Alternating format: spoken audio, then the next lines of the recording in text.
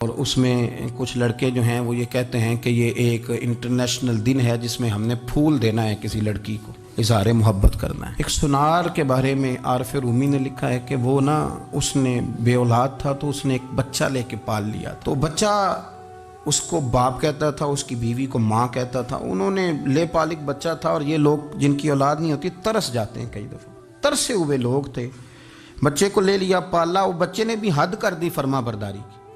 اب وہ جوان ہو گیا اور بڑا خوبصورت جوان ہوا۔ وہ سنار کہتا ہے کہ ساری زندگی میں نے صفائی میں نیکی میں گزار دی۔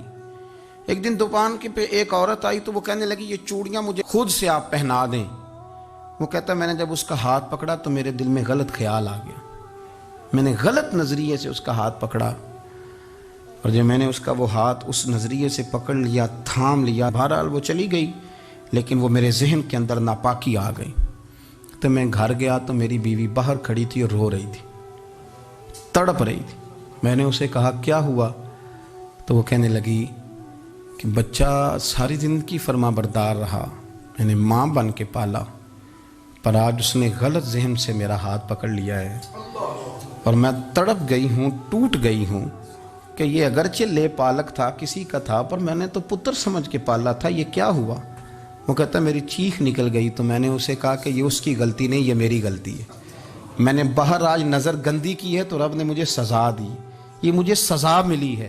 تو کسی کی بہن کو پھول بھیجنا چاہتا ہے تو اگر اسی رات تیری بہن کو پھول آ گیا تو کسی کی بیٹی پر گندی نظر ڈالتا ہے تو اگر یہ تیرے گھر میں یہ قرض چکانا پڑا۔ وہ ایک دوست ہے تو وہ پسند کی شادی کر رہا تھا اس کے گھر میں، تو اس کی بہن نے کہا ہے اس کی بہن نے کہا، اس نے کہا بھائی تو مرضی کی شادی کر رہا ہے، میرا ابا اپنی پگڑی تیرے پیروں میں رکھتا ہے، ماں دوپٹہ رکھتی ہے کہ بیٹے ہم تباہ ہو جائیں گے، نہ کر، اور آج اگر تیرا یہ حال ہے تو پھر مجھے بھی اجازت دے، میں بھی مرضی کی شادی کروں۔ تو وہ کانپ گیا بری طرح سے، وہ کہتا ہے یہ تو کیا کہہ رہی ہے؟ اس نے کہا تو تیرے لیے اگر یہ جائز ہے تو میرے لیے کیسے منع ہو گیا؟